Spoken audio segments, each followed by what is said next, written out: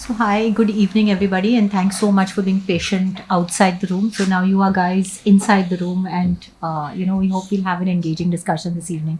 So I'm Jacqueline Munkur, and I'll be a moderator for this evening. And we have a wonderful topic here saying what's next in service, or what I call the future of service. Okay, and I want to thank ETCIO for curating this event, and Salesforce for actually bringing this all together and making this happen. So first off, just to briefly introduce a lot of you guys here. Normally when we get into these industry invites, we have a lot of people who come in from the same industry. Okay, and what's different about this is that you actually have a cross pollination, which we can do today, because we have a mix of manufacturing, we have a huge mix of people from the service industry, banking, finance, uh, people, service providers, software solutions providers. So really a great mix. And there's another thing about this is that we have a very interesting 50% from the HR fraternity, and these guys are actually done multiple roles across multiple organizations. So I really look forward to a very very interesting set of comments from all of you. And then we have the technology folks. And why I say is interesting is because when we talk about the future of service, we'll always have to talk about it from the employee experience point of view and the customer experience point of view. So we are very well represented to have a wonderful, flow of ideas across and enriching conversations, which I hope will then enrich you as you walk away from this room after some time. So first off, question actually for you is when we talk about the future of service, we live in a VUCA world, right? And that's a much bandied four-letter word, right? And we're living it. I mean, let's face it. So everything's changing so fast, and the customer really is very, very demanding. And the customer is setting our agenda. So the first question I have for you, and I'll throw it up, randomly across, and we'll try and swing from manufacturing to service, is what do you think in your organization and in your industry this change has really meant for you? And how is it that you think that it will also, sort of guide your directions in the next 3 or 4 years? So, Sonal, can I Sure, sure, throw it up to you first? sure.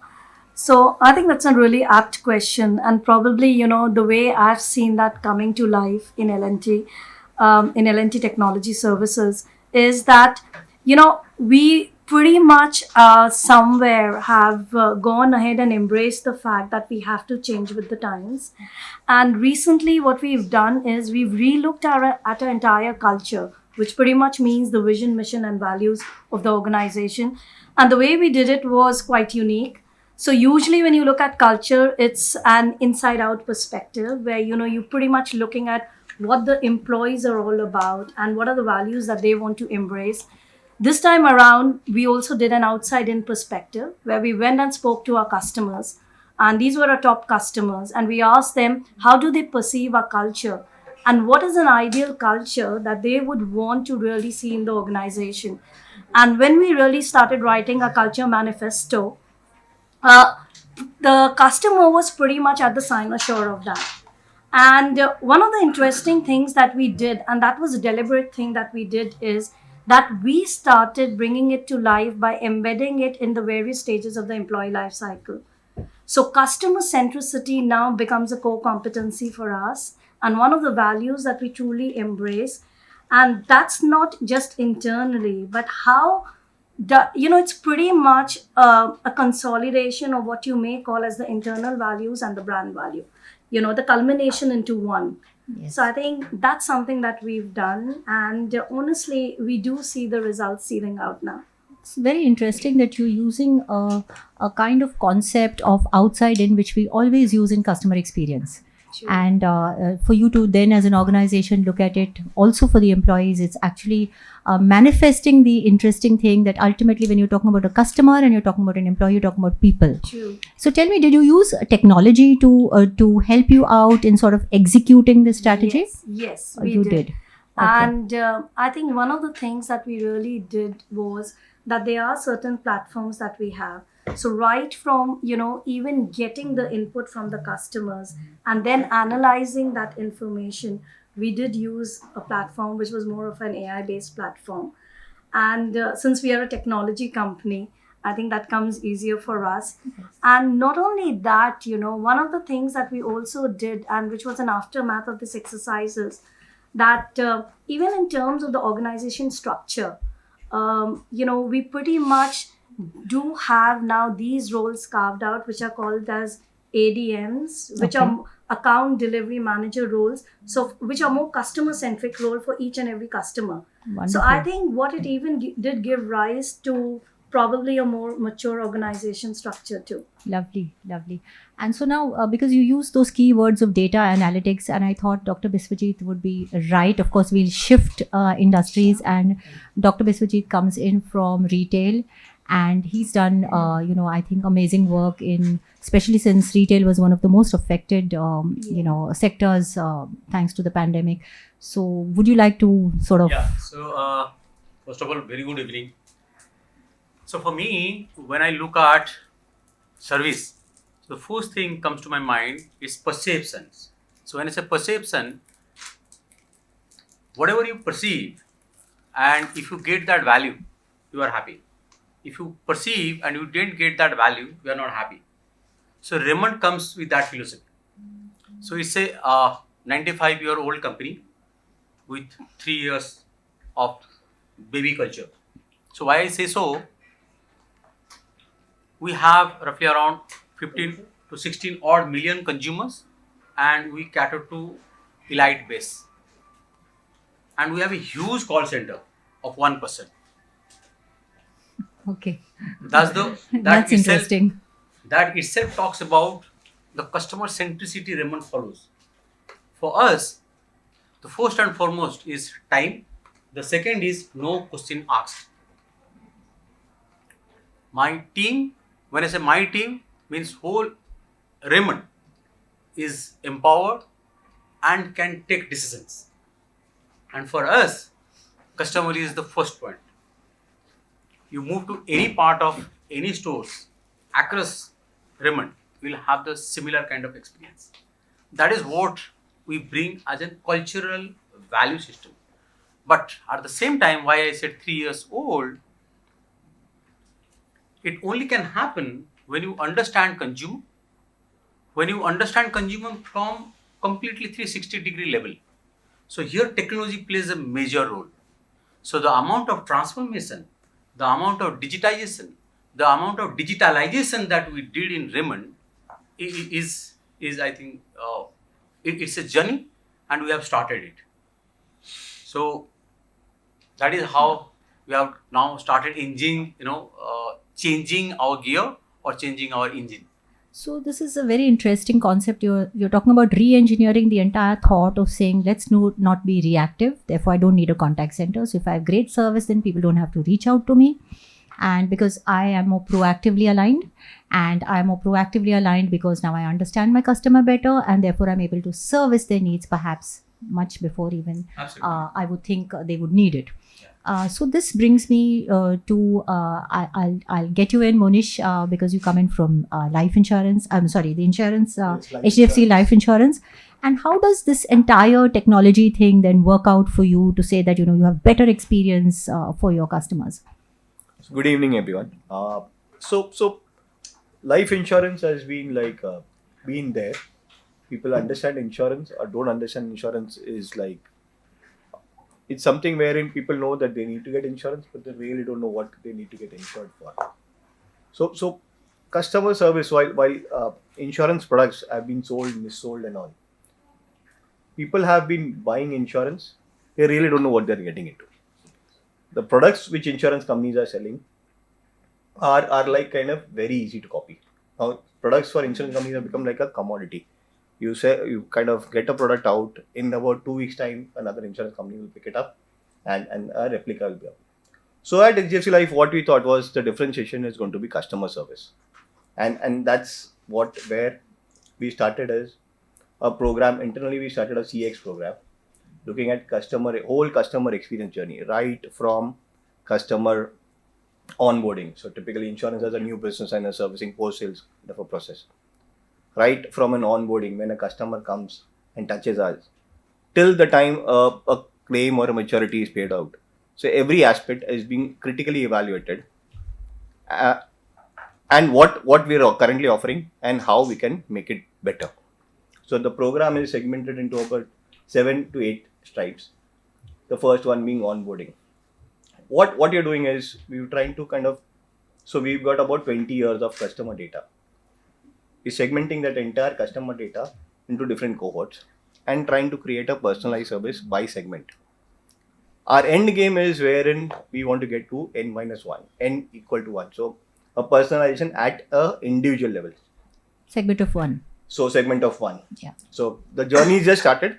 Yeah. There are certain kind of we've started on some of the aspects of onboarding, looking at customer communication, what kind of communication to be sent out.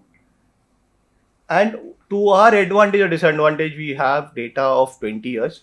We've collected a lot of data, but now we're trying to make sense out of the data. Sense of. So a lot of companies have like tons of data, Yes. but it was never collected with certain Intent purpose. for harvesting. Yes. For purpose. Yeah. It was collected and say, let's kind of collect the data and then see what we can use it for. Sometimes even regulatory pushed us to collect data.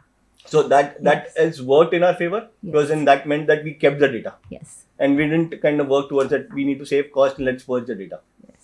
So that's worked to our advantage. Yes. But now we're trying to make a purpose-based data collection. It's not like random, like let's keep that data there. So again, as my colleague mentioned, that the journey just started. I think customer journey is like an ongoing thing. It's not that you start one and then it's over. Yeah. Every year, it's something which we have to keep It's an looking at. evolution. Yes. Yes. It's a refinement. Yes. So interesting that you talk about the focus on post sales, because sometimes we spend a lot of time on conversions, which is new acquisitions, but here you're saying retention is a big story for you. Yes. And the focus on post sales journeys, and especially on the onboarding, because once you get them in, they are the most susceptible to get away from you also. And I think another interesting point is saying that you operate in a very competitive business with hardly any differentiation. Yes. The catch up time is hardly much. So I think very interesting. But I think there's something also which you probably were alluding to, is this omni-channel thing. Yeah. And Sandeep, I was just wondering now with Salesforce, I mean, your products and 16-year-old company done very well globally and domestically also. And you've had, this entire focus on omni-channel. How has it panned out in this entire B2B business from the kind of products and services that you've been, known for? Absolutely. Thank you, Jacqueline, for pushing that my way. I just wanted to give a slight perspective to this, because omni-channel for us is leading our own champagne, right? Because we are also the people who make tools and services for customers who use omni-channel, whether they're in B2B or B2C, right? So when we are doing it for ourselves in the B2B world, it's a very structured concept, because most of our customers would like to reach out to us either by email or through self-service channels. So for us, these are channels of interaction which are highly digitized and automated to begin with. But the moment we look at this from a B2C scenario, right, we talk about a whole new set of channels of interaction which come up, right? It could be someone walking into a store or a branch. It could be someone wanting to interact via WhatsApp. Someone wants to tweet, right? We were just talking earlier before we started the roundtable about the new generation, right? The new generation is, I would say, clearly demarcated by the lack of patience, right? Instant gratification is what they want, and social media provides it to them. Now, if they want to go tweet to the CEO of the company and expect a response back immediately, I would say what the organization needs to do then is to have a singular or a common philosophy across these channels of interaction. Are you getting better service because you tweeted to the CEO, and you're going to get a different grade of service because you're called into my contact center on a toll-free line? I think that's where the ability for an organization to expand or provide the same level of service expectations across whatever channel of choice the customer wants to reach out, is what would provide that customer experience or differentiation, I would say. That's my take on it. So you're saying essentially that the quality of service across channels should be standard, and Consistent. a lot of organizations don't invest like that. So therefore, when you tweet to a CEO, there's a high chance of you getting a quicker response, and sometimes because you want to have your reputation managed, you sort of agree to something which is sometimes also not very fair to this. But I think underlying the whole thing is the transparency and the understanding that real time, irrespective of the channel I'm operating in, you should have visibility. Now, when we talk about omnichannel, AI is not far behind.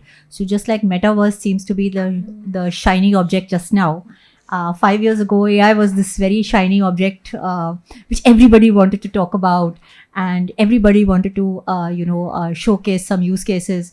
But I think, Naveen, I must ask this to you, because you come from, as you corrected me, that you're not from a manufacturing sector, you are from the processing sector. So see, I was paying attention. And, so you tell me something as to how AI really helps you in the manufacturing sector, because that's something which we don't hear too much about. Okay, sure. Thanks, Jacqueline, and glad to be amongst all of us here and hearing. And I'm making some notes as well, because I think these are some great thoughts that just passed by. And Sandeep, just for your knowledge, I was one of them who actually tweeted a CEO because I was not getting the support. So many others will have. They're not being as candid as you. Good. That's But I nice. believe when it comes to the CEO, there are a couple of layers that goes through for Yes. any employee. Yes. So from an HR background that I come from L&T, so I can say that nobody walks up to the CEO unless and until they have not tried to knock They the have door. tried. Yes, So they've it tried. doesn't Yes. happen in the first instance. Yes. Never. Yeah. Yeah. Which is, I think, why he mentioned something which is very intuitive, is that you have to have a standard level of service, and that should be something which an organization should be known for, and it should not be said that we have these set of channels which are second class, and then there's this first class channel. So quickly the buzz in customers is that this is the way I get attention. Yeah. True. Yes. So yes, So thanks, I'll just kind of Indrani. connect the Yeah. dots. Yeah, sure. Yes, Was Naveen. Was it a first class service? Well, it got responded in about 24 hours, and I was following up for days together. It was almost like a couple of weeks down, and I didn't get any support or anything sorted out. So and it I was said, a first class service. yeah, it was a first class. No, but actually, when I come from a customer experience background, 24 hours on a social media channel is like very bad. Yes, yes, yes. So that is It's all like about relative. 5 years. Sorry, it's relative. Yeah, it's absolutely relative. And actually, that's why social media is getting traction, because your somebody I think mentioned saying impatient customer. So impatience is also manifest in saying that can I have it here and now, real time. Yeah, and that's the way So it I'll is. just Sorry. add you before you continue. Yeah, so Six Naveen- Sigma says you need to pick your phone in 3 rings. Yes. If you're not picking up your phone in 3 rings, that means you are not up to standard of customer services.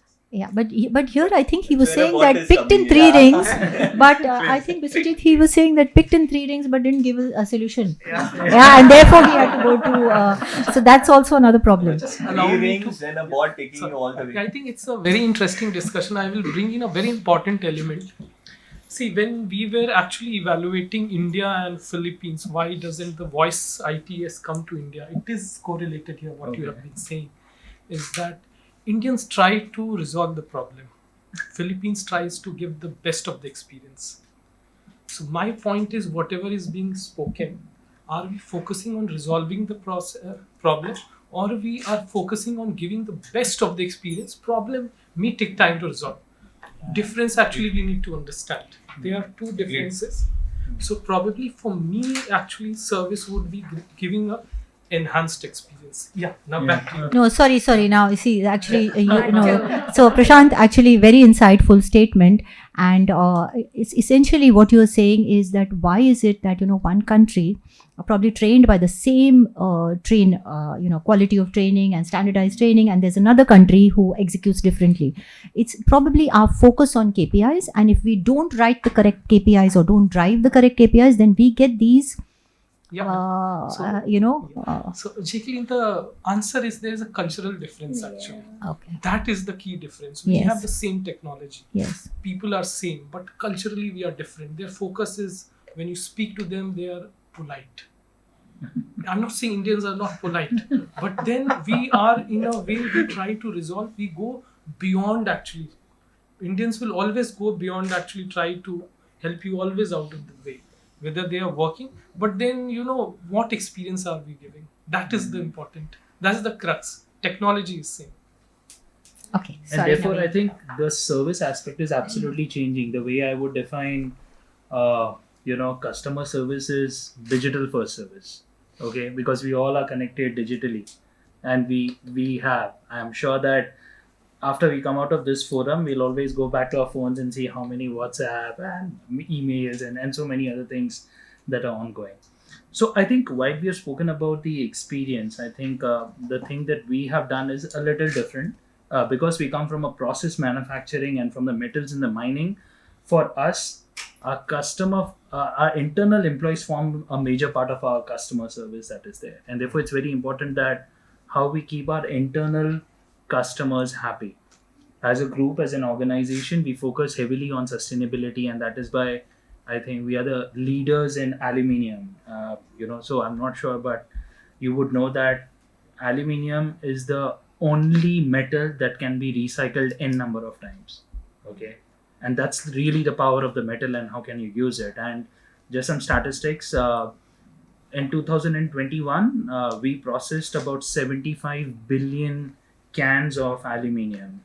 Uh, Again, focusing on sustainability that is there. But I think the question that you would have is that, Naveen, why are you giving me these stats? And how is it correlating to the service? Because at the end of the day, when we are talking about sustainability, we can achieve those statistics only when our employees are happy with it. So this goes back to a challenge that we have as a manufacturing organization where safety is of paramount importance for us because our employees work in places where there could be a lot of unforeseen instances that could happen: fire, oil spillage, leakage of chemicals, etc. And there are so many other things that are there. And therefore, we said that we will take this up as one of the biggest challenges, not only just for our organization, but for the entire Aditya Birla group. And we said that what can we do? How can we really ensure that our safety rates are the best in the industry or globally as well? We have less unforeseen contingencies, that happen for our employees because they are really the one who are giving us the kind of output that we are looking at. And therefore we embedded on this journey of artificial intelligence that is there, where we looked at our entire monitoring systems that we have across our factories.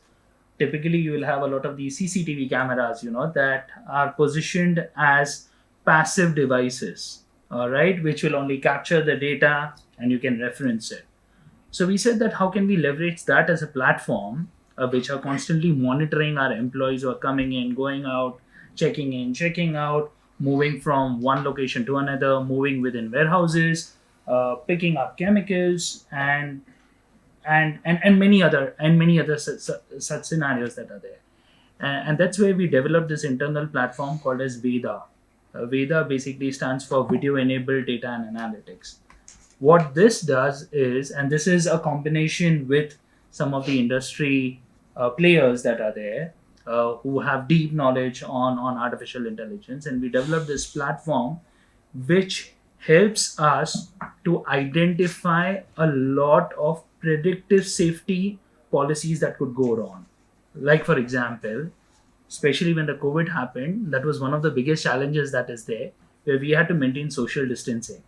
Now, for us in manufacturing, we cannot shut down our factories because there's a very high amount of throughput that we need in order to produce aluminium. So, if you were to look at the entire, and I will not go much into the technical side, but just think about it that for producing 1 ton of aluminium, you spend almost about some 15 gigawatts of power that is there. All right, so it's a very heavy intensive industry, and therefore during COVID, it was very important for us that we keep the lights on, but at the same point in time also ensure that our employees are not getting affected with COVID.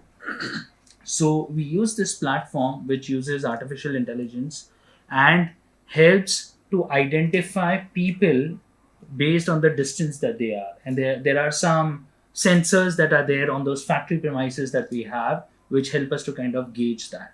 We use Amazing. that Amazing. as Yes. as one of the things, and we have used a lot of other scenarios on similar ways where, let's say, if there is a oil spillage that is happening, we could have some alerts that could come in, where people would be alerted that this is something that has happened and don't enter there. Or we could also send some predictive alerts as well to say that here is an opportunity for something to go wrong, etc. So that's how we have kind of really leveraged the power of artificial intelligence, and we really see a great amount of safety coming in. I would call it as predictive safety. Yes. That's a new No, term. but that I think would this kind is of- tangible value. And Absolutely. I think on the basis of the fact that, yes, you can write on those nice stories which you can say about sustainability and good practices, but it's EX, employee experience Yeah. using AI, I think strong use cases. Yeah. So let me just move now from manufacturing. I'll probably go into Anurag, who again is another person from insurance, another service industry. So Anurag, some examples of how you've probably used technology smartly, either pre-sales, post-sales, whatever. So something which you can share with us, and something which has longevity from now to even the future. So I just want to touch upon two aspects. One is the employee. So our CEO always says that कि employee first. Customer तो रहेगा ही, लेकिन employee का पहले ध्यान रखना पड़ेगा. If the employee is happy, then the customer will be taken care of. Yeah. So whatever technology you implement, whatever process you implement, ultimately the people who are actually Driving it. Absolutely. defining it and defining the movement for the end customers. So one of the strong pillars is the employee part, and I'm very proud to say that we have been selected as the great place to work 3 years in a row. We are in the top 50 companies, and HR and every other department is doing pretty well to ensure that employees taken care of. Yeah, but as a technology, Yeah, so I'm going back to so that. yes. And including generally our parent company has invested quite heavily into our own organizations in terms of training our people. Coming to the tech part, I come from the IT department, so I breathe tech day in day out. And in terms of the tech part, what we are currently doing is that we are actually replacing our legacy systems, because we have also realized that one approach is that you build the peripheral system that are around legacy systems, and then you keep on scaling this time keeping the legacy intact. But we have taken a cautious decision around 3 years back that let's go away with the legacy. We want to have our core state-of-the-art core systems in place, and that's what we are actually invested into it. We're actually going live on next month, October 10th, on the platform. And also we have also realized that for our partner ecosystems, because it's no more a system where I sell insurance only, or the insurance company only sells insurance. It's the world where the policy bazaars, Paytm, PhonePe, everybody coexists. And those people are very, very demanding from the infrastructure perspective, from the technology perspective. We are also investing quite heavily now into the API overall management, so that we expose our APIs to across the partner ecosystem, and then it's a robust ecosystem in place. And third is that we want to be there where the customers are. Twitter, Facebook, Instagram, WhatsApp, we want to be present everywhere. So we actually, it's not a matter of choice. Let me put it that way. Yes. First it was only website, then it comes to mobile apps. Now we actually getting invested into, even giving experience to the user where they will just tweet one word, we have to respond. Right? Either automated or something manual. Something has to be done. Yeah, Right? you have to have a response, right? Right? Absolutely. Again, on the WhatsApp, if the customers wants our policy documents to be sent over WhatsApp, apart from email and SMS. So there's always plus. Earlier it was only SMS plus email. Now it will add plus WhatsApp plus Twitter, everywhere. So we are going to that particular direction. I think clearly what you're saying is that you're getting yourself more flexibility now, because you've sort of dispensed with the legacy system, so that will give you that much more leeway in managing this ecosystem of partners. And that's actually what all of us go through, right? Because we no longer are producing by ourselves and saying that yes, I don't need to collaborate anymore, and then therefore the API integration etc. then follows in. I think clearly, what you're speaking is also about multi-channel or omni-channel, and the customer is deciding to go in any other place, and we just have to follow. So very clearly, defined there. Thanks so much, Gautam. What about you? So now you're in paints, okay? So that's again process manufacturing, to quote Naveen. So how is it that you've really, brought in HR practices, gotten your employee experience using technology as an enabler? Okay, so we are right now getting into paints. So that's a very different stage because two or three things which is very important when you look at an organization which is in a setup, and if you look at a larger canvas of Aditya Birla Group, we have built many businesses. Um, One of the pieces which I see is clearly that, from the employee experience standpoint, how you actually are using technologies which are making the, things easier for the employee. And I see it, a lot of things over a period we need to build which are self-service. Okay, so employee as a self-service, manager as a self-service, and how you actually empower them. So one is your whole mechanism of empowerment, and second is how you leverage technologies in terms of giving that access to employee in terms of running various things. Uh, Let me give you an example. Around 17, 18 years back when I joined the group, I was part of the one of the largest transformation that happened was actually having one platform across Aditya Birla Group on HR technologies. Radical. Okay, and that we run on one processes Yes. cutting across Yes. all 17 Yes. businesses Yes. over that point of time, and the belief was that why you need multiple systems, why can't you have one way of appraising people, one way of learning, one way of talent management, and that's the journey that has been. So you build employee experience, understanding how you those experiences will be. So today, as an employee, you don't need to go and ask what's my next job. It's available for you to decide where you want to go. So these are the things you need to build over a period, and along with that, as you are talking about whole customer centricity, employee centricity. I think one area is that we need to balance that how much technologies we need to be using, and how much is the human aspect still need to do. Yes. Yes. Like we have got all the best of the technologies, but still we are doing this roundtable conference. So there is a human element, and let's be conscious that that human element will remain. And sometimes we get completely overwhelmed Yes. that technology will replace everything. It's not going to. We need to balance that aspect of emotions, connect, understanding, and leverage that what all things from the technology I want to leverage. Amazing. In fact, I'm now spellbound, but I think food for thought.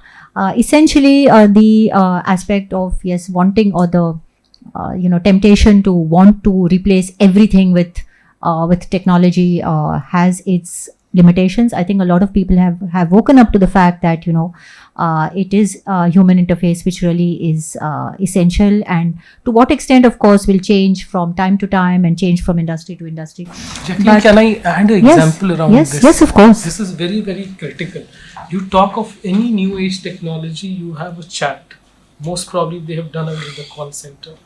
Now just imagine you're driving in Ola, Uber. Actually, you don't have a call center to talk to.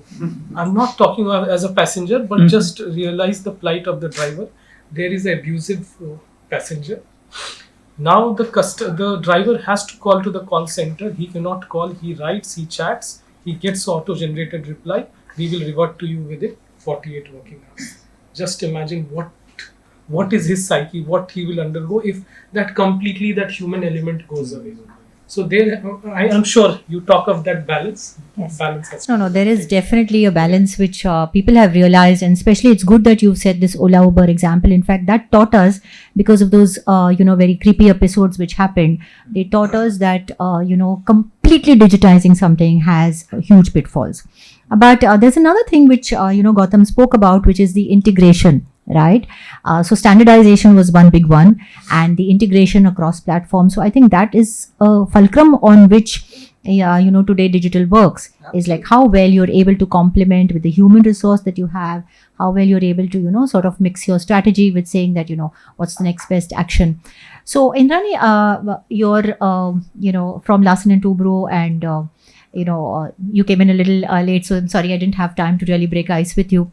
But tell us your take on your organization and the way it really looks at this aspect of service now and service for future.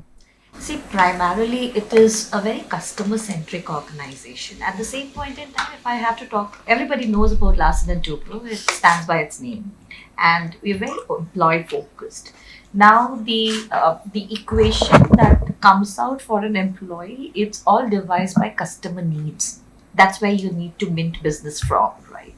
Now, having said that, now everybody knows, it's in the news, that Mindtree and LTI have merged together, and it's become together. LTI Mindtree, we are coming up with integration. So we have two set of employees, we are merging up together, and there's a lot of question that's going around in the organization, within the organization, whether my boss is going to be the same or not, whether I'll have the same manager, what's going to happen to my manager, what am I going to do? So, here what we try to do is we've brought in artificial intelligence. Again, we partnered with Lena, and that's where we moved on to the next movement. How are people feeling? What is the voice that they want to raise it up? So even before it comes back to us as a pain area, we are trying to address them. We started having town halls. So the balance of interface of, human intervention as well as the digitization, where we look into, we upscale ourselves, we call ourselves as an IT product company and an IT organization. So that's where we leverage, So and we IT do is sort of enriching those conversations so that absolutely. you talk contextual, you're being relevant. Yeah, so Absolutely. that's absolutely That's very, yeah. very important, and you need to know what your internal customers are talking about. What is the pain area? Because as somebody, you said very rightly, your employees are more important than anybody else. Absolutely. If your house is neat and clean, the rest has to be neat. Good. It follows. Correct. Yes. That's how it talks I about. totally agree. I don't think there would be any debate on that. So Rajgopal, sorry, you okay, Raj, sorry, Raj. So being a favorite product of most women, shoes. Okay, and yeah. So see the white smiles, and the men of course love their shoes, but of course they don't make so much of a noise about it. But how is really technology helping you in probably sales or running leaner operations? If you could give us a little bit of insights on being a technology head, you would, I'm sure be doing a lot of work in that space. Sure. While women love to talk about their shoes, the fact of the matter is that they buy more shoes. They do? Okay. buy The more data footwear. says that. The data says Check in your that. house how many you Nice. have versus how many. Nice. No. Those are things we don't. We don't start those conversations. So, that being said, we operate 650 stores across the country, right? And we are traditionally offline retailer. And one of the flips that has come from the whole pandemic episode, right, was the focus on digital and the focus on online channels, and we have seen a sharp uptick in both those channels. Right now, for us, as a customer, even if you wear the hat of a customer, you're spoiled for choice. Point number one. Point number two, you're inundated with information, right? Be it on reels, be it wherever you browse on all the devices, and while one might catch one's eyeball on one of these things, what is important is what is the kind of experience that you provide to any of the shopper, and why should you be the platform or the brand of choice, more importantly, right? Gets determined by all those incidents where a customer is unhappy, and hence customer service is extremely important for us, right? One of the things about footwear is every person's foot is unique, right? And footwear, especially closed footwear, is not just the size that determines whether you like it, It's once you put your foot in It's it, the what is fit. the kind of experience, the fit that comes in, right? Yeah. So offline tends to be still very strong for us. Now, that being said, for any organization, when you embark on any change, there's the people, process, and technology aspect. Right? Sorry, there's the people, process, and technology aspect. Right? Processes liberate people, and technology ensures that the processes are repeatable, consistent, so that you don't fail. Now, in this Tridev, if I may say so, right, the toughest to change, sorry HR, is actually the technology once you implement it. So, selection of the right technology becomes very important. Right? Now, coming back to the whole customer experience bit. Now, today, for a customer, for an organization to be successful, you have to ensure that the customer is spoiled for choice on any channel that they want to engage with your brand, to learn about your brand, experience your brand, right? And we are spoiled for choice over there. When you walk into the store, right? Today you can have video analytics, Yes. right? To identify from a visual merchandising point of view which part of your retail footprint, that is the store, and it's a very expensive affair, right, is getting utilized, which is getting underutilized. Yeah, you have heat maps and things like that too. Absolutely. Sort of When that. someone browse on the website, Yeah. right? Let's take an example of a good use of technology over here from a customer centricity point of view. Today, when you walk into the store, right, the person sees the full 3D dimension of the customer, right? Basis where you walk into the store, they get a fair view of whether, for example, if it's a lady, is she buying for herself, is she buying for her son, right? Now, when a person picks up a color, you know which color choice that they are Correct. Are moving gravitating towards, and yes, that is yes. how you can ensure, Yes. right, that you entice the customer towards that particular product. Now, let's look at shoes. Women's shoes, for example. There are so many styles. The same thing is available in multiple colors and multiple sizes. So this three-dimensional fit, if I may say so, will be different. Let's say in the Northeast, will be different in Himachal Pradesh, will be different in South of India. Technology plays an important role in ensuring that we have the right product at the right place. Inventory management. Right? Otherwise, it's a waste. The customer walks in and just walks out.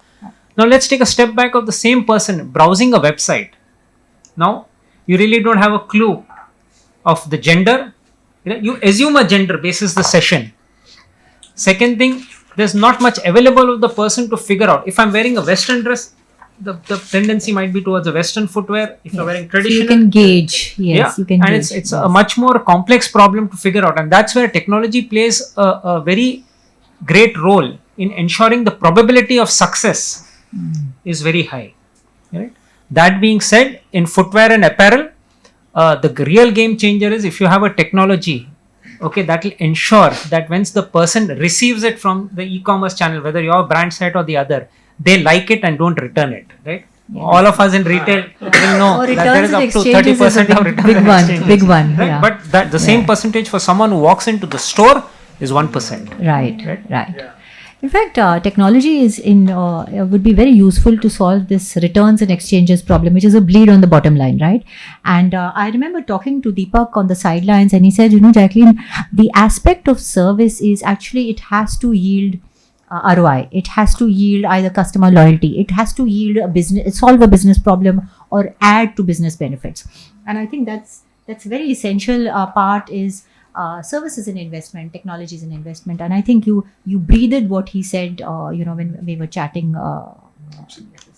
So, Jacqueline, if I can just ask, just to touch upon what Raj spoke about, the online and the offline that is there, and that's where I think we hear the combination of digital. Yeah. Okay.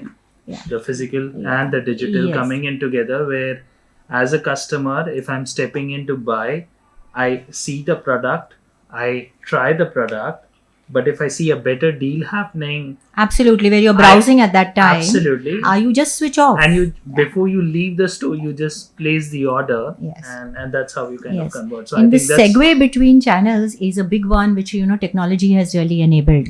One of the things, while he was talking also is about, at least I can see that happening in the organization. Whenever we're trying to embark on a new technology or trying to get an external partner in, I think the level of awareness is raised so that definitely the case study needs to include an ROI in terms of efficiency. And the second big thing it needs to include is an entire plan on adoption. It's just not about getting the technology in. I think the biggest thing as an organization we struggle with is adoption, and that is the reason sometimes you invest in an entire platform and you have to let it go because there hasn't been an adoption. Yes. So I think those are some Yeah, critical but changes. thanks, that Sonal, we're for seeing. calling that out, because a lot of people, spend a lot of time in getting technology in. Very less operation managers and even fact people on the ground look at how to use the technology and how to use all the features of that technology. So Chittaranjan, I'll come to you on this aspect. If you can, bring us up to your understanding, because you're again in a service industry and you're with Biosense Technologies. Yeah. Because when she said about of implementation, the biggest part is the implementation and people who go. While you go for an implementation, first part is like, are you accepting or not? First you accepting, then if you say while accepting, then it becomes a challenge that the person should accept. Whether he and when you talk about awareness, what you have made them aware. How will you train them? And how will you bring the technology towards their computer so that they can use ESS portal and ESS platform itself. So first and foremost thing is first few months is a trial and error. After that trial and error, the actually play begins. So after that, you get the exact answer that how will the people use and what will be the solution for that. So adoption and adaptation really, do you think is a factor of probably managerial lethargy, or is it that some of the managers are not digital natives, so they have probably Five fingers will think in a different way. Okay. One person will say okay yes, another person will say take it. The other person will say we'll take it next day. I think you're being a little kind. You're being a little kind. I know of people who can actually kill an initiative, for whatever reason. Yeah. Some part of it, the pain is also around communication. If we are able to communicate, influence, and I'm not saying pushing it, but in terms of popularizing it, Yes. probably things can be better. But Yeah, thanks again, for I'd like to saying add that. something. Yes, of I course. was listening quite something. So especially Naveen, was talking about this digital, right? I'd like to happy to share. Just I think some 10 days back, we have launched Metaverse first time in India in retail segment, where we have created in-house by Raymond for our champion collection. So that's one. Number two, coming to adoption, like Sonal said, it requires 1 year time to learn algebra. If you can go back to our school days, it requires 1 year to learn algebra, a plus b square, a square b square to ABC, right? So it takes its own time. Technology, all techies in an organization, I think 10% people are techies, 20% people are techies, right? Rest all are not techies. It takes its own time, sweet time to adopt, and we must admire and see if I am getting 30%, if I am getting at a critical mass, is happy. You don't expect that a person who is from X background will start learning technology. It takes time. But one thing which is very, very critical is if that particular technology helps you transform from within, probably that person will try to learn it. If it is not helping him to transform within, he will never learn it, whether you will send mails, whether you will send workshops, Or you put you penalties. create Yeah. penalties, you will Or not name able and to learn. shame. Yes, or name and shame. Right? Yes. So it's in fact. Now coming to dimensions. So you person 2 dimensions, 3 dimensions, 4 dimensions, like Ra was talking about. In Raymond, we operate at 16 dimensions. So you talk about feel, experience, color, visualizations, eyeball, a lot of dimensions. So, but if you ask me, if I go back to my store guy, who is working for since last, I think 50 years, right? They touch the fabric and they say, wow, this is good. And all your technology side. So completely agree with Gautam saying there is a human touch You can have cognitive AI, but human is human, right?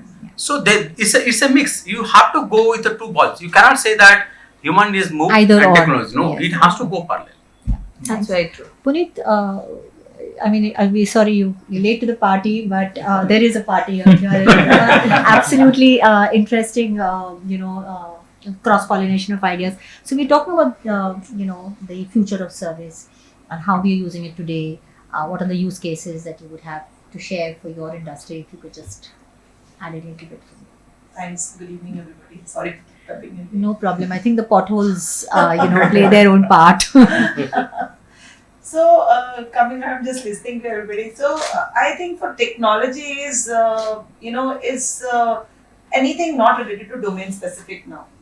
And I think so, the play which probably CTOs and CDOs are playing today are the change agents. And they are becoming the business transformers.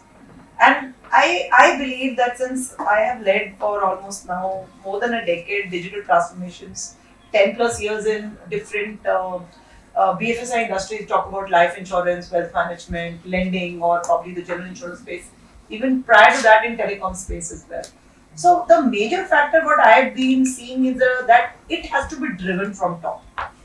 Unless the interest does not arise from the top, so people will just seclude themselves. Conviction doesn't come. And it's not about driving technology.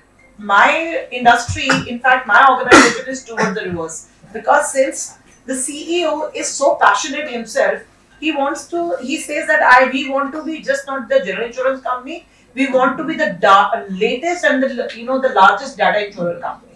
Seeing that IRDA, the new chairman and everybody is so tech specific, the government is becoming more digital as compared to the private sector. That's what we see. And the immense growth that I see that suddenly we keep on getting so much things that if we want to do, they said just go paperless. Just do the integration with all the RTAs if we talk about mutual fund industry or we talk about in our case IRDA. So they said that do with the NDS, CDSL, ADSL and CAMS, CARVE, everything. All four are needed. So the repository and all that digital signature or you talk about DigiLocker and all that. These are all the invention of, it is also somewhere helping the public also. No, it is And definitely. yes, and That's the why the adoption acceptance, is pretty good. who else apart from COVID would say that the public has become the change agent? You talk about your own domestic services at home. Do you think they take interest? We were not able to pay them because they were not coming. But do we have really stopped their salaries, whatever meager salaries we're paying them? They were all getting Paytms and all. If they were not going, please teach us, man. That is the acceptability. Yeah. So, the charity begins from home. It's just like that. So, acceptance comes where people adapt. Change agent is that, you don't have to convince them. You have to show them, it's not that just because I'm at Salesforce today. We ran the first cut Salesforce workshop today. We are doing a big bang implementation of Salesforce. It is customer 360, partners 360. We are talking about agents 360. We are talking about employee 360 and also policy 360. It's a big financial services cloud. We are doing the marketing cloud, sales cloud and service cloud. All in a big, everything is with single sign-on because we have a peripheral of, legacy application. So business as usual has to run. Digital transformation has to coexist. So what we did, we took a call that where we want to bind everything with single sign-on. Now, for this, it was not easy for us because the core remains at the back end. So what we did the first customer 360 where we are doing it through an MDM at the back end. And not many people have taken that collective step that where an aggregation or a consolidation happens where the interoperability between MDM or the golden truth or the golden record, what we talk about unique customer identification. So we showcase that as a first place. Fortunately, Cognizant is implementing our Salesforce.com and we had people all across today for Salesforce team and it was a big bang, very good people accepted it because it was also, since morning I was saying if it's not working fine, I like keeping my fingers crossed. It was first implementation but definitely we were able to showcase that workshop. So acceptability, people were more, when we showcased that entire thing, the channel heads were becoming even, more, what next? What are you giving next? Are we giving that? Do you think I'll be able to see that how many cross-sell, upsell we can have? Can we have the single source of truth that this particular client of mine is having a motor insurance, health insurance, and he could be also a crop insurer for us, right? So general, and also an acceptability that the government regulated thing can also come. Is he also catering for a group Mediclaim also? So which company does it represent? So that kind of questions are coming. So it shows an acceptability which is coming. So the right time, right feedback, and if the things are not working, go and what I have seen is hackathons and hackathons. And you do the prototypes and you showcase there and then you get the visibility. So I think well said. I think the democratization of the entire process Accessibility is coming across. yeah, okay. So Deepak, do you see this playing out in a lot of the other B2B businesses also that you are handling it, or do you think it's a aberration or a one-off, or you see that there is a journey towards Which part? adopting this whole bunch of platforms together and integrating them? No, I think it's fairly common. I think across the businesses, it's fairly common because in fact, you and me, when we were talking, Jacqueline, and all of you know it. See, all of you are in the business, you know it far better than us. The service is not even remaining a single organizational kind of a offering. Because if I am buying something on maybe an e-commerce site or whatever in a shop also, finance might be done by someone else. Yes. I'm going to some aggregator and buying my policy from there. So this is all about coexistence, and that's where this service is now, as we discussed, is really becoming, when you say democratizing, it really is something which is a combined effort. So I think, but a great and interesting conversation. What I just wanted to ask the leaders over here and everyone is that when you embark on the project, and there are great points of adaptation. So what are some of the specific steps that you take? I mean, do you start with some objectives in mind? You pen them down, you decide what are your KPIs to begin with, and then what it should be after you kind of decide what are the outcomes. So any views on that as to how do you really go about? So can I start with some like service calling? We don't do any sales calling. Service calling, we wanted to have a zero investment on the map now. We did without any human intervention, all bots doing the claim intimation for us. Everything. Now through outsourced calling also, for outbound calling, we are using bots. Welcome calling, renewal calling, endorsement, and up to NCDs. No claim bonus. Everything is done by our digitally enabled omnipresent platforms. That's awesome. And only once the claim intimation, if there is alternate source, that the claim is not happening through the braking journeys of the motor or anything, for roadside assistance, people want to do, we have intimated that through on our website and even through our app site also. That was a clear-cut direction that I don't want to invest anything. If there are 250 plus operations, I want a no operation company. And that's how we are reducing every day. Man hours and everything. So just like outbound and no outbound calling, only inbound calling where we are having, if there are too much of traffic, then there are people, human intervention, where bots are not able to handle so much of things like for in the the crop claims and come from the farmer side, then only we have a human intervention. That's awesome. Absolutely. So there's obviously a threshold over which you understand that yes, here's where the human intervention has to come in. Yes. And this is only about one example you could have given is of loading. I mean, the load exceeds. But there's another thing is also how to improve it, because sometimes the biggest worry of customer experience is where you realize that the bot doesn't understand. And it's repetitively not close, it's just going on and on and on. And that is sometimes where the temptation of operations people saying that, oh, my bot does everything. Or, I have great digital systems and, it can give you the service it is needed. And then there is no human knowledge which is coming in to say that, listen, self-correct, you've not predicted all journeys, and it happens so often. I think the frustration we have is not that 80% of journeys have not been plotted out well. It's the 20% or the 10% or 5%. And those, I think someone said it, reflects on your brand.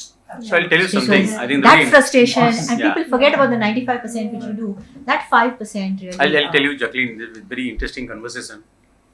Why I said one man call center. The reason is this.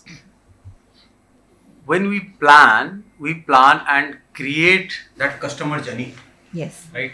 So how do we do typically? You have a committee or a core group. You call from different departments and define, and you design the complete architecture. Now, bot is a buzzword, right?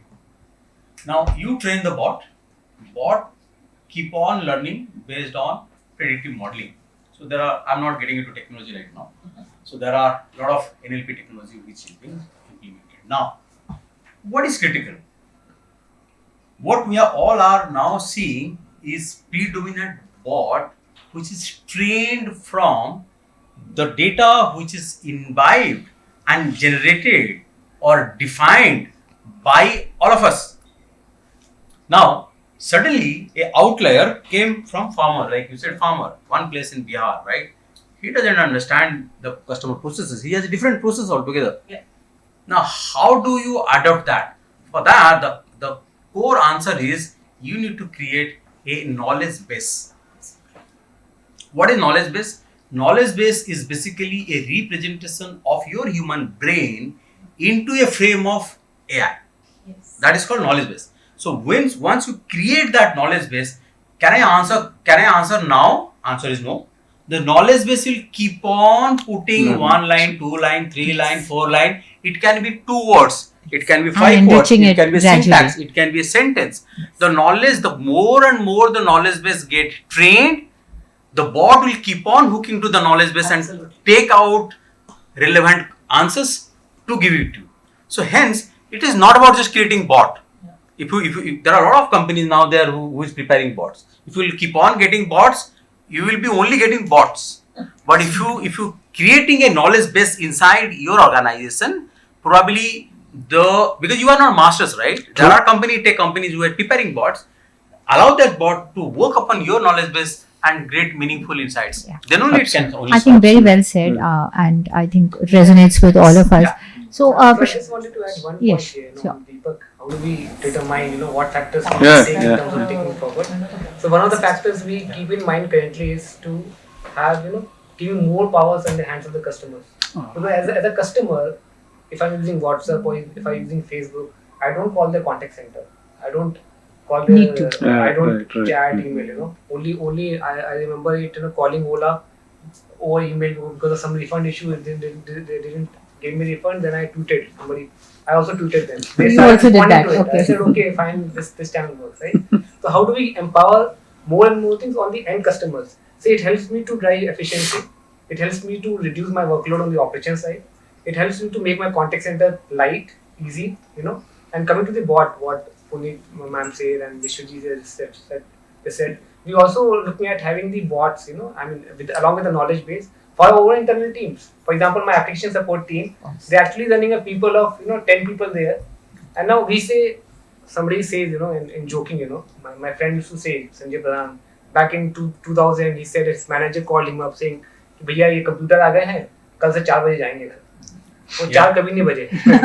और अभी तो ऐसा हो रहा है कि 6 साढ़े 6 बज रहे हैं, वो भी 9 बज रहे हैं. Continuous evolution, and you're so right. That's not It's right. Pulasa saying कि Yes. technology आ गया है तो we can home Yes. live peacefully. No, we actually have to put more effort. Yeah. This is the idea. Yeah, absolutely. I like to use the word that live peacefully. We won't live peacefully, but that's because it's a continuous evolution, because the customer is not standing still. The customer is evolving, market conditions are changing, expectations are changing, attitudes are changing, and therefore expectations from What services we also. because our application support team is constantly under so much of pressure in terms of tickets आ रहे हैं, application नहीं चल रहा है, right? Yeah. We actually engaging the bots there as well. So that the workload will keep on decreasing. Similarly on the infra side. Yes. As I mentioned earlier, that employee first. You always take employees are happy, then the customer will always be happy. Yeah. So in just fact- one, Please go ahead. So just one more thing, which I wanted to add is that, no longer any technological intervention is seen as a standalone intervention. So if I were to really see in the parlance of the organization right now, today, this is one of our pillars of a strategy. And, the way you would implement anything in the organization today is just not fit for purpose today.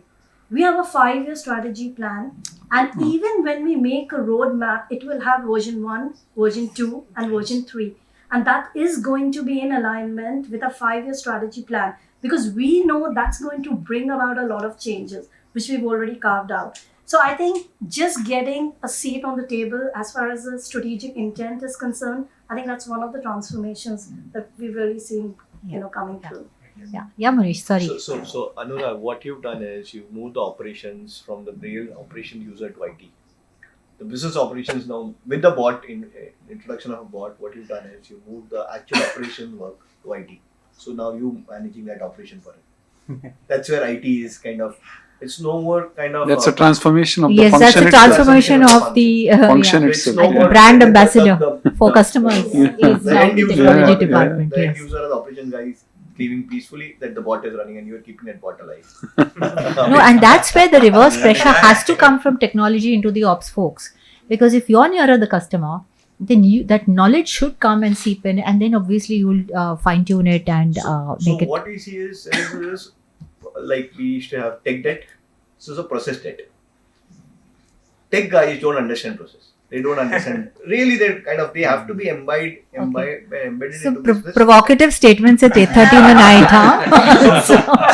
So the tech guy has to get embedded into business and then take over these things. Correct. It's else is going to be a huge process debt.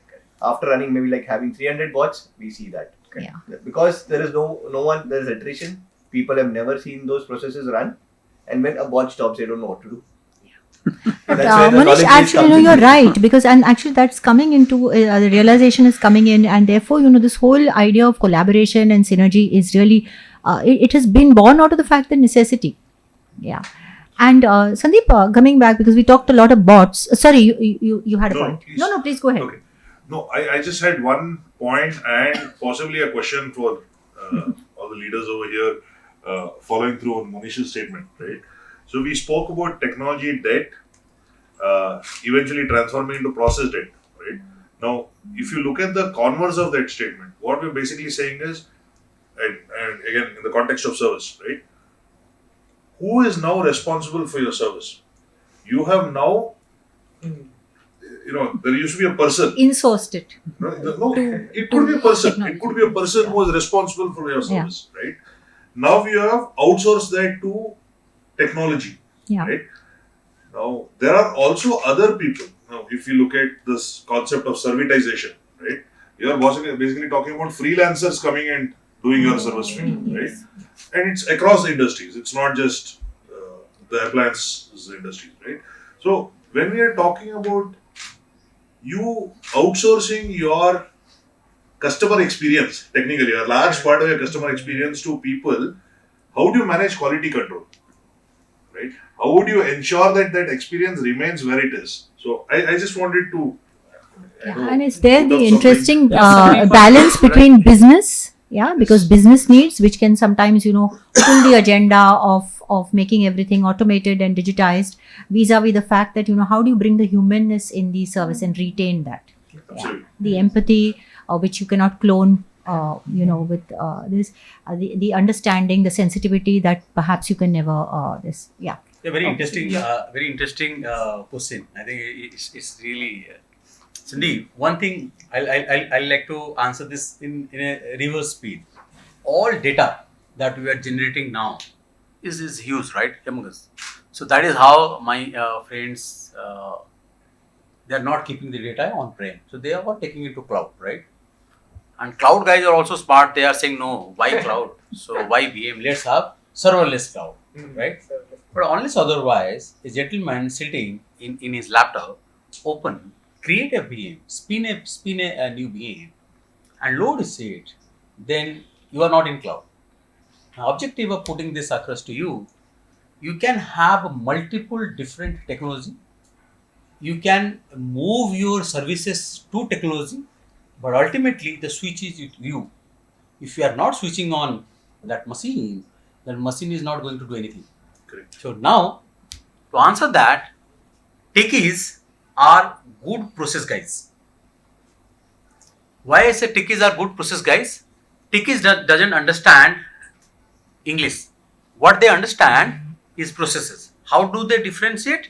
They differentiate through swim lanes, through graphs, through designs, right? So whatever they feel, they put it across into the technology, and that is how the transformations happens.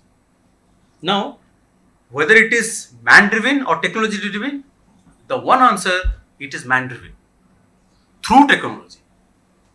It's brilliant. So, yeah, Sandeep, I think you Yes. spoke of outsourcing the experience, which in a way is a challenge if you outsource somebody. Correct. I think what Monish said is that you can copy product, Correct. but service as a company, you have to ensure that services cannot be copied actually. You have to ensure that you have your trademark experience. Coming back to the process side, that techies don't understand, or the process people don't understand technology, that debate will go on and on. But for our organization, we have our own bot, TrueBot actually, which we have been selling across. We are into RPA, we are into AI, we are into a lot of spaces. We have our own product and platforms also. Now, what we understand is that, see, today what is happening, for us, the motto is that we have to meet customer expectation. And how it has evolved over, motto has remained the same. The evolution has changed. Today, we were 3 years back, we were agile. Now we were super agile. Customers' expectation is going to evolve. It is going to evolve. That is the way forward. And we need to probably adapt. So now coming back again to your process, we have to implement technology. We have to identify the process which can be automated, which you can use AI, or you can use any technology over there. So once you eliminate the manual thing, so you have 10 process, you are able to do away with 3, your ROI increases, manpower decreases, you become more competitive. This is how at least the IT industry moves ahead. So ultimately the future is, if you look back 300 years back, at that point in time, power was invented. So all tools, everybody wanted to have a layer of power on each and every tool. This is how the productivity increased. Today, everybody wants to have AI in that tool actually. You name anything, you name any process, whether you like it, you don't like it, AI has to be there. Big data, anyways, we have been talking a lot of data. Big data has to be there. Then I think 5G adoption coming in, it will revolutionize the industry. You have blockchain, you have IoT, we are actually the meta, what we are talking, we have crypto. You will, see technology flood coming in. Technology is going to be very, very complex. Technology in probably, we may have uniformity in technology because technology is democratic. But there will be diversity in human talent actually. So Can we build some empathy in the technologies that we are Yeah, I will building? I'm sure it's a milestone. Just 1 minute. Microsoft has launched. I've just been to MTC, I think a month back. I worked with the industry leader of MTC who has launched Metaverse. MTC has developed one new concept called cognitive AI. So cognitive AI, when the cognitive AI will come, even a small change in your tone, right?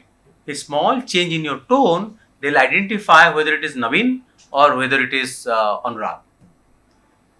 Even a small blink of your eyes, they'll know whether it is Naveen or whether it is Anurag. A small expression in your face will tell whether you are actually happy or unhappy. So that level of micro level cognitive AI has already done. It will going to come. Now coming to video analytics, we are talking about video analytics. We have already launched video analytics in our stores. Here, video analytics is not about only processing the data. Video analytics is also to identify the sentiment of a consumer while standing on the queue and doing his billing. So these are all AI enabled. It's already there. Just to add, but I think he was talking about empathy, which is very it's different. I have an example actually. Yes. I have a data. So I think what you mentioned is that conversational AI actually. So, No, cognitive AI. So that is cognitive is the base. The output becomes the conversational AI. So in that AI, you have speech and text actually. You are in fact talking to a machine. The machine is mimicking a human and it has emotions. What you said, it can recognize. There is a Gartner report which was published recently, which says that by end of 2023, at least the West, 75% of the company is going to adopt conversational AI. So that means, for example, being a HR, if there is a layoff, if I'm doing a conversation, just imagine, is it going to help me? That data which I have. I unfortunately one issue with HR is that HR till today we are talking of AI actually. I still come from an IT company, 45 years old IT company. We do a lot of digitization now, AI, but HR as a whole somehow it has not been automated, at least in India or a lot of countries across the world. In modules, bits and pieces, it has been automated. There are cloud came, then AI came. I think we have jumped the cloud straight. Yes. We have reached AI. So, but I think now what has happened post pandemic, what we see there is a flood of companies who are approaching us, whether it is employee wellness. Earlier, I think mostly it was confined to few companies offering us a ERP solution. You can, name handful only. Then I think payroll was the easiest one to automate, but I think the rest of the employee, then onboarding came, exit came. Recruitment, yeah, those are the easy ones, yes. Yeah, but there is not a single platform which exists today. But today, because of this AI and a lot of other big data technology, important today is for the company like us, what we do for employee and customer both are linked. Behavioral sciences, that is the most important thing. The input which goes into AI, that is behavioral sciences. Research in HR actually, I think from the customer research, a lot of data is there. These two, at least in India, we follow a lot of West data, but I think now we are also there post-pandemic. A lot of research is happening.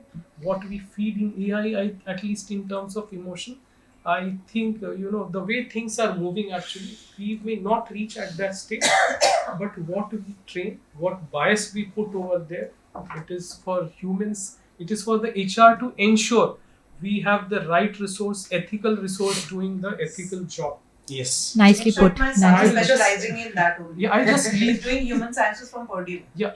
I will As a just master's in us. I'll just give one example. Actually, I'm not from IT, but I think a lot of IT stalwarts are sitting over here. There is a problem called trolley problem. Everybody would know this. So it is like this. You have an automated car, which is driverless car driving. Yes. It sees, few group of people, infant on one side, then there is old people on one side, young people on one side. And if the brake fails, car is going to hit. Of the three group, which is the group the car should be programmed to hit? It cannot escape, it has to hit. My point is, I do not have the answer, but as a HR person, it is my job that the ethical people should have practiced the ethics of my company, and they should build product of that company. If you go to Japan, probably I may say that let's hit the old people 70, 75 years, they have lived the age. You go to Japan, old people are respected. You cannot tell over there. I don't have an answer. You have a point. This is a very You have a point. This interesting- is something which Yeah, is, it's yes, very, going very to, interesting. involve our thought processes. I think the last, this Amonish, yes. So I think where you're going is it's in that maturity curve, but it's still they're not there. Yeah. It's still not there. Yeah, it's a progression, of course. And There is in the example area, you would have CX in customer in one of the swim lanes. There is no Yeah. CX. It's on top of it. We still have to get there. yeah. So thank you very, very much. I think such an engaging discussion. Deepak, do you want to close with any famous last words? No, not really. I think after such an enriching conversation, which was really, I was engaged. In terms of, and that is what everyone is working towards, engaging the consumers or customers. So I think everyone did amazing contribution in terms of, and when me and Sandeep, we look at what we do, I think clearly we no more need to go and talk about the concepts of what they, in fact, we learn a lot from the customers. We learn a lot from people like you who are practicing it. You spoke about a lot of things. And honestly, whatever representation we had from whichever segments, there are many things outside of that also. Maybe in manufacturing, the consumer durables, you spoke about servitization and all that. And this is becoming not necessarily a problem of, as you also pointed out, not one function, but it is an organizational thing now. Everything is coming together. Business people are coming together, technologists are coming together, and operations people are coming together. I liked what you said, that you are bringing an operations problem into the hands of IT. So, but I think, and no better way of conducting the conversation here. Yeah, but then we had such a What wonderful brilliant, set of. I mean, We I had must such a say that wonderful set it of was such a people. seamless conversation, right? Yeah, I mean, okay, because we have a Technology. seamless- So people should talent should not compete with technology. It should it should Complement, complement yeah. technology. Well said, Prashant. Absolutely. I think those are wonderful words to close this session, and thank you very much.